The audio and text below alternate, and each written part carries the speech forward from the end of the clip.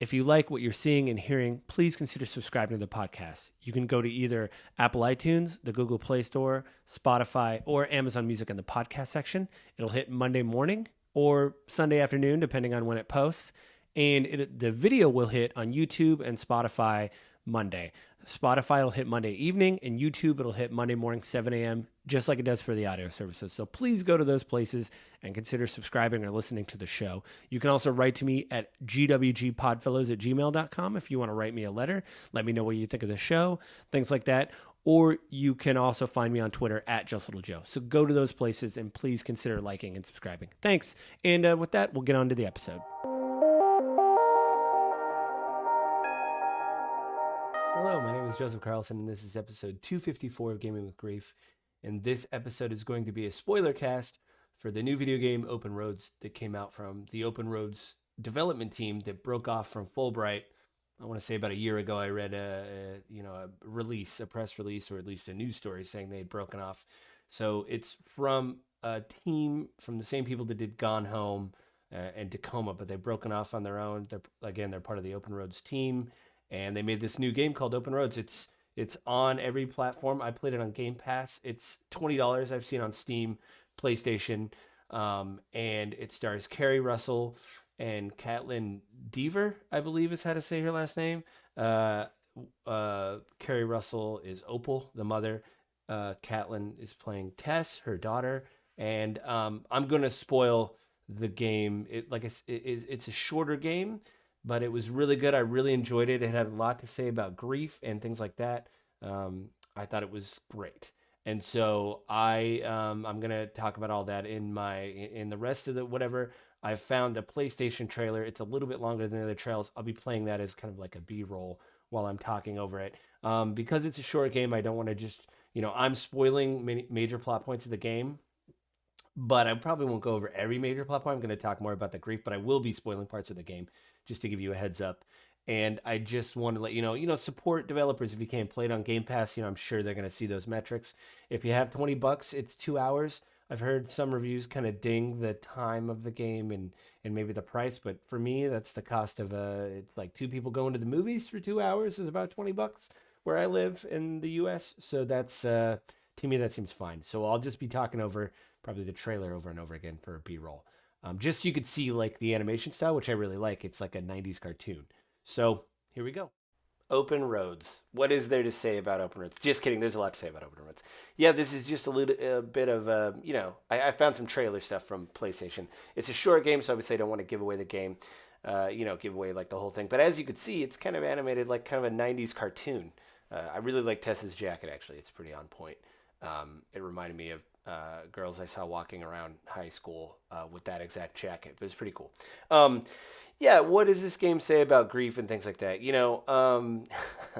It's short. Again, a lot of people complain about it, but there is a lot of stuff here. Opal, the mother, played by Kerry Russell, as you can see on the screen there, she had to take care of her mother. And her mother was ailing, had dementia. When you're packing up the house, you see things that, like the stool slash stoop for the shower so people can get in and out of the shower with assistance, the bars, and it was rough and on Opal.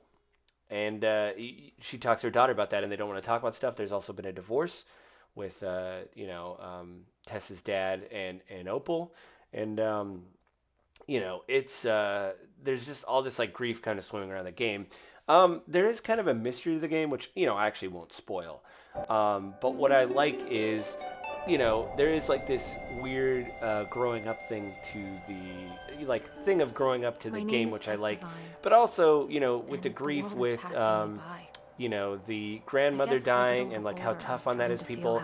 I really like how they are able to speak to one another and how Opal and Tess are able to speak to one another, and there is this great kind of natural tension between a teenager and her daughter. At least it felt authentic. I'm a white male, so I never had a daughter, and my mom was in my life really, and I was an only child, but it seems like there was kind of this great kind of building of their relationship of like, we need to talk about these things. I'm upset that you and dad got divorced. What was really going on? Kind of that processing of grief.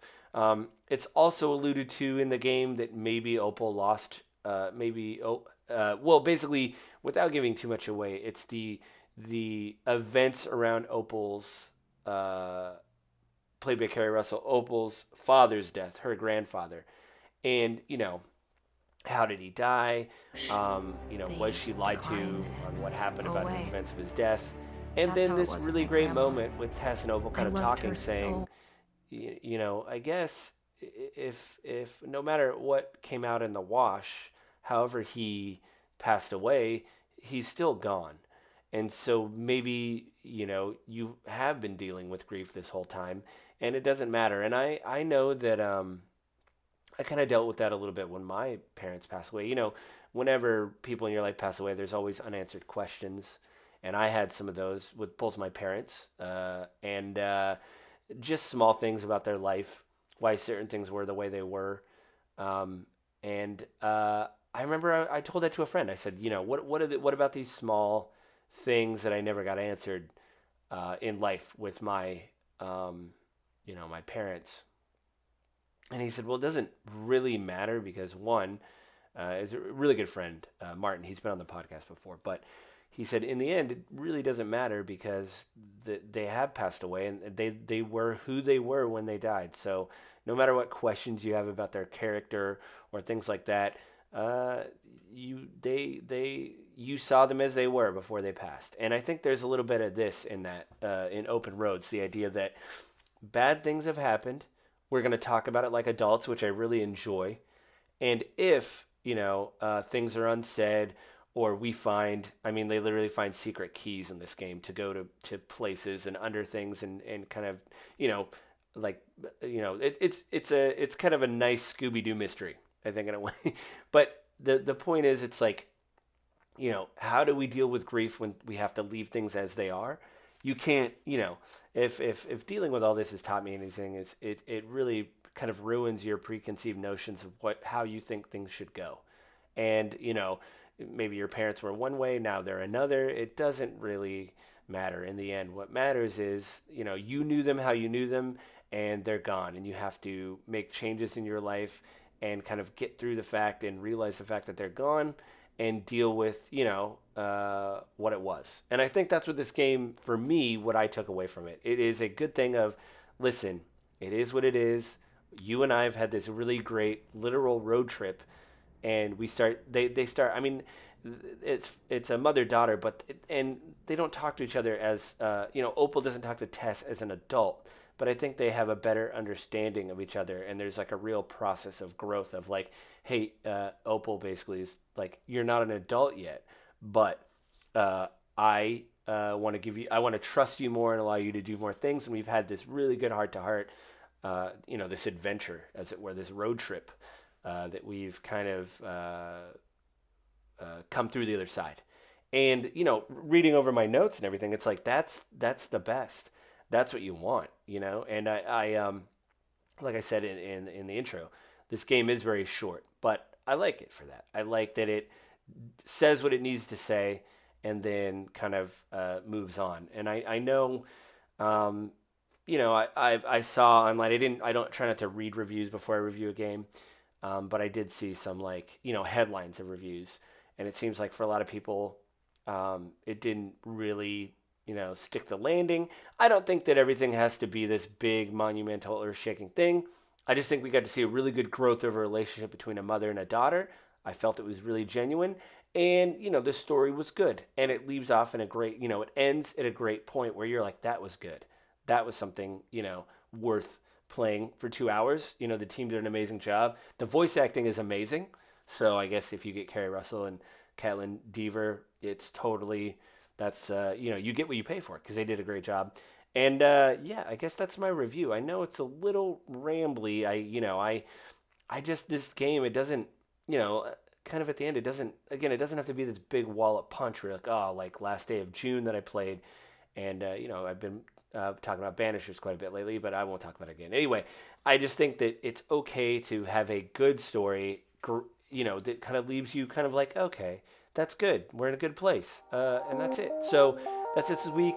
Thanks for listening. I will talk to everybody next week.